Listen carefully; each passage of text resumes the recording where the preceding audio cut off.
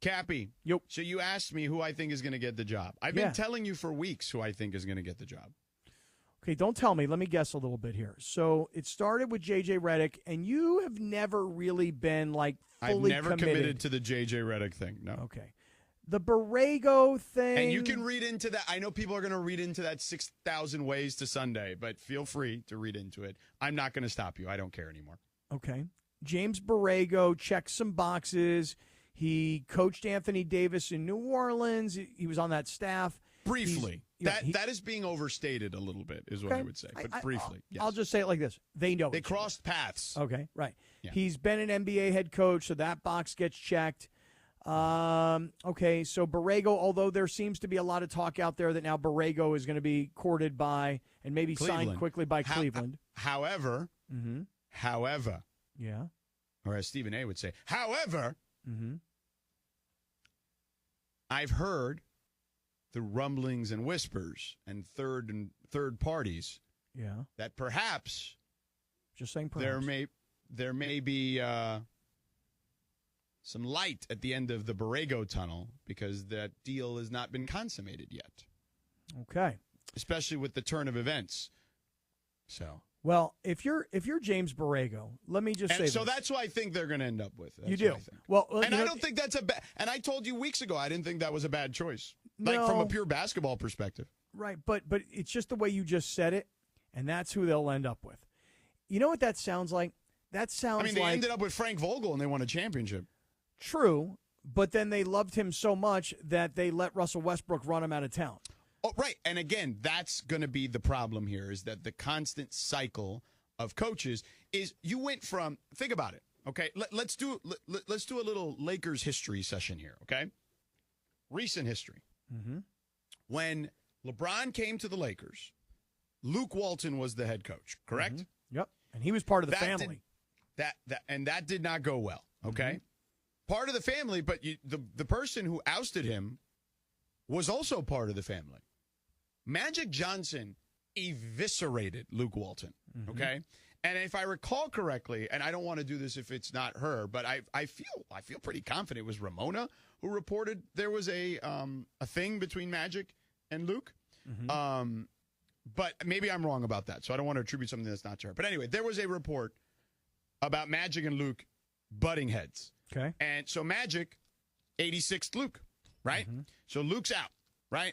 Then the next coach, that search was the whole Ty Lue thing that got botched, right? Okay. Also, Monty Williams in that cycle got botched, right? And you could say, well, Monty Williams stinks, blah, blah, blah, blah, blah. Look what he's doing in Detroit. Nobody can win in Detroit right now. Oh, my God. Nobody. Monty Williams stinks. How about when he coached Phoenix and everybody's like, oh, my God, he's the greatest guy. They were up 2-0 in the finals. He's the greatest guy on the planet. Oh, my God, everybody loves him. He's still the greatest guy on the planet. The players, that's my point, though, is that, you can't judge anybody who's coaching Detroit. Come on. Right. So, anyway, they botched that. Then it was like, it felt like this is what people forget because it's been a number of years now, okay? This was now 5 years ago almost. They really wanted to hire Jason Kidd, it felt like. But they didn't want to hire Jason Kidd because he was a little radioactive at the time, okay? So they wanted to put Kidd on the staff. And I think that was also a point of contention with Ty Lue and perhaps even Monty. I don't know. I think the Monty thing was more just a timing. They just took too long, and he's like, forget it, I'm taking Phoenix. So they kind of botched that part. And then Frank, because he had no leverage, okay, even though he had been to 2 Eastern Conference finals before, it wasn't like he was just some guy who'd never coached before or a guy who didn't have experience going deep into the playoffs.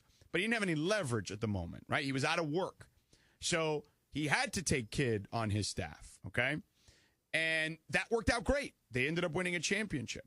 So, but as you pointed out, Russ runs him out. We end up with Darvin. The Darvin thing goes sideways. And here we are. So look at the names that I've given you, okay? Luke Walton dismissed immediately by Magic Johnson because he didn't, according to Magic, he just wasn't ready for the job. Then, by the way, Magic eventually wasn't ready for the job. Shout out Magic. Well, I think Magic. I mean, listen. Remember, Magic went on First Take and eviscerated the organization and started naming names. Like, if you recall correctly, I don't need to go back into that, but nonetheless, especially since I need like 8 field passes for the Washington game. Right. So then you're looking at Ty Lue, championship coach, right? Monty Williams, not a championship coach, but an incredibly well-respected coach who got to a finals. Frank Vogel, respected coach. Jason Kidd, a top 40 or 50 player of all time who was trying to get his career back in the coaching ranks. All relatively big names in some way, shape, or form. Vogel probably being the least of the names, but more accomplished than even Monty Williams. But listen, Frank Vogel right now, George, wherever he may be. Oh my God, he has a take ring him in a heartbeat. He has a ring that says Los Angeles Lakers. Oh no doubt. So I'm not trying to diminish Frank. You know I love Frank. So, but what I'm saying is the list of names, good coaches is what I would say. Guys who had real experience in one way, shape, or form. Okay. James Borrego, I think, is a good coach. What he was doing in Charlotte, he got screwed there. I will be the first to say that. I said it weeks ago, and I'll say it again. He got screwed by the Charlotte Hornets. He had that team in the play-in. They had been a complete, unmitigated disaster for the years prior to him, and every year they got better, basically, when he was there, okay? And they didn't think 43-39 or whatever it was good enough, and Michael Jordan and them and Mitch Kupchak fired him. I thought it was a mistake. I still think it's a mistake. Nonetheless, James Borrego is not in the same category of coaches as those other 4 guys that I mentioned, okay? And this is what happens when you turn over the coaches so many times, that people start to realize, hey, like Mason said during Crosstalk, what's under the hood here when I'm buying this car? And you're going to end up going down that rabbit hole of coaches where you're going to have to deal with people with less experience or limited experience or no experience as an NBA coach. And that's where you're at. But the reason you're there is because of the stuff you've done previously. Nobody forgets that stuff in the league circles, man. Like, nobody forgets that. So they have no one to blame but themselves for botching the previous situation.